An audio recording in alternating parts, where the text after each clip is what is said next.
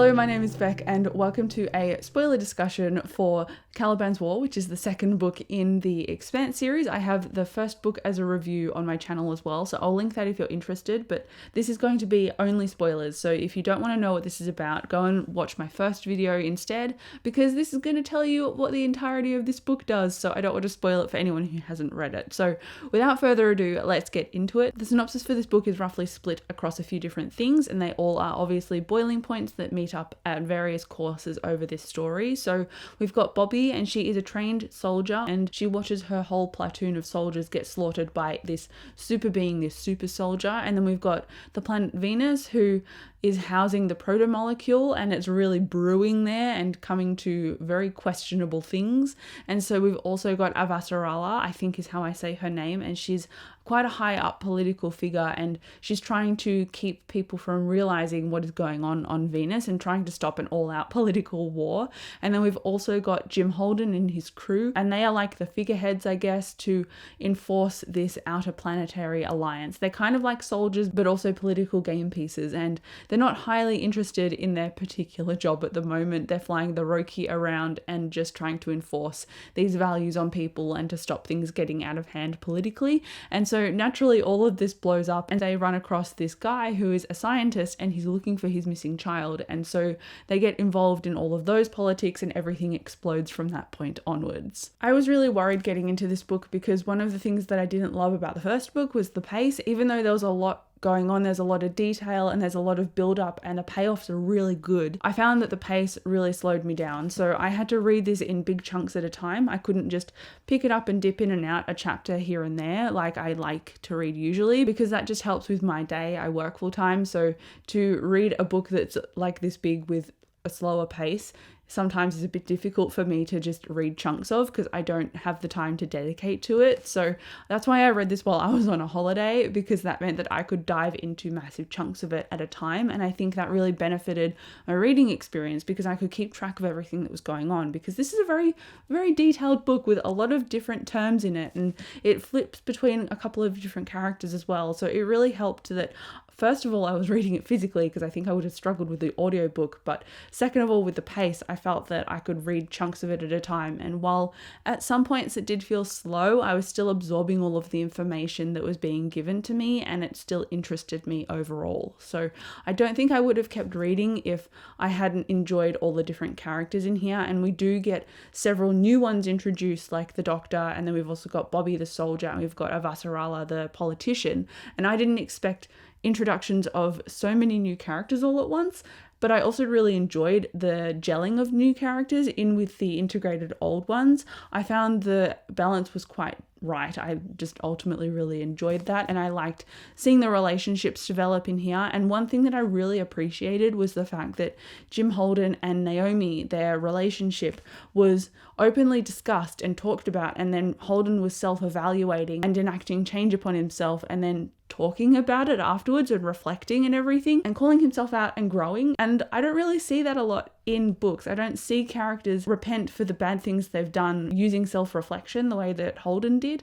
And I really respected the way that relationships were handled in here. I think the communication was done so well, and one of my gripes is miscommunication to push through a story, and that was not done in here at all. There was no miscommunication. There were characters kind of umming and ahhing in uncomfortable situations, but ultimately they would talk to each other, and that's what I really liked about this book. Characters actually discussed things and workshopped problems, and yes, still impulsive decisions were made, but at the same time we had characters that were respectful enough of each other to discuss their stances on relationships with each other despite how difficult things were. So I really respected that about this book. And despite what I said about the pace, I was still interested. I still obviously finished this book and really enjoyed it, and I gave it the same rating as the first book, which was a 4 stars. So it didn't quite get to 4.5, it didn't get to 5, but it's still quite up there 4 stars is a really good rating, and that's why I've got the 3rd book, because I'd really like to continue. And then one last thing really quickly, when the ship crashed at the very end and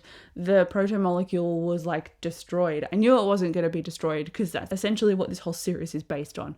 But I was like, oh, Miller's probably not dead then, because he was such a significant character in book 1.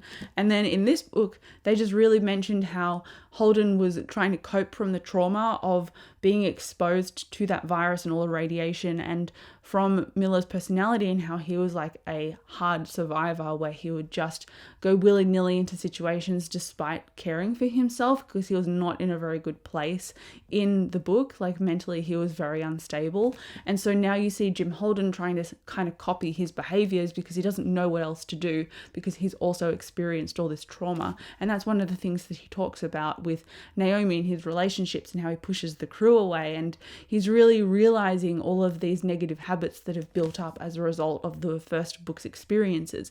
And I like that experience was cumulative, like it didn't just stop because the first book ended, it continued because the characters continued. So again, character development, amazing. All these conversations with characters, amazing. The way that they got together to investigate this missing child and that whole media blowout of everything that was going on. Awesome. I loved how the plot really expanded, and yeah, I can't get around that pun. I'm probably going to say expanded at some point in the Expanse reviews that I'm talking about, but here we are. So it annoyed me that Miller was talked about in the book, and then at the end it was revealed that he's not dead. I was like, oh, I saw that coming from the first page of this book, or even the last page of the previous book. I knew he wasn't going to die, and obviously he hasn't. But that really raises the question going into the future world building, because this virus has now escaped and it's everywhere. Is Miller clearly survived it and he looks mostly normal now, so how did he do that? So really, to reveal him earlier on wouldn't have made a lot of sense, but to look at the story and to see the proto-molecule running rampant and how hard they are to fight, because it's kind of got this intelligence about it, we see Miller and he seems to have survived, and it seems to be him.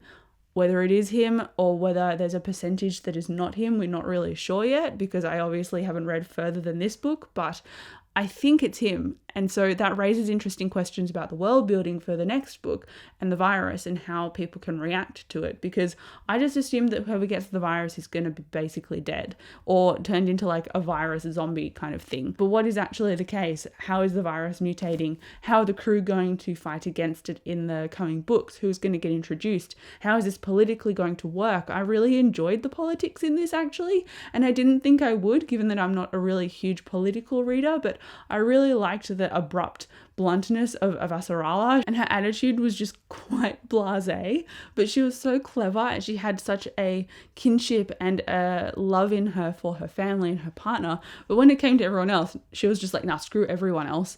And so I really like that about her, that she takes no crap from anyone, and she's just so smart as well. I appreciated her relationship with Bobby too, and how that kind of politically worked and how that helped Bobby approach her own kinds of trauma and to really rise above that and basically be a dreadnought and like put on her massive suit of armor and go into her own battles.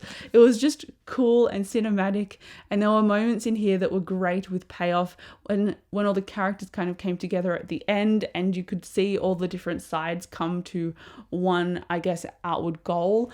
And just fighting the virus is going to be really interesting. So really, I did enjoy this. I put it off for an entire year, and I don't know why I put it off for so long, except for the pace. That is the only thing that I have a major gripe with about this book. Everything else is really enjoyable. I wish it was just a little bit quicker moving, but maybe it gets quicker moving later. Maybe this is just the way that these kinds of stories are set up.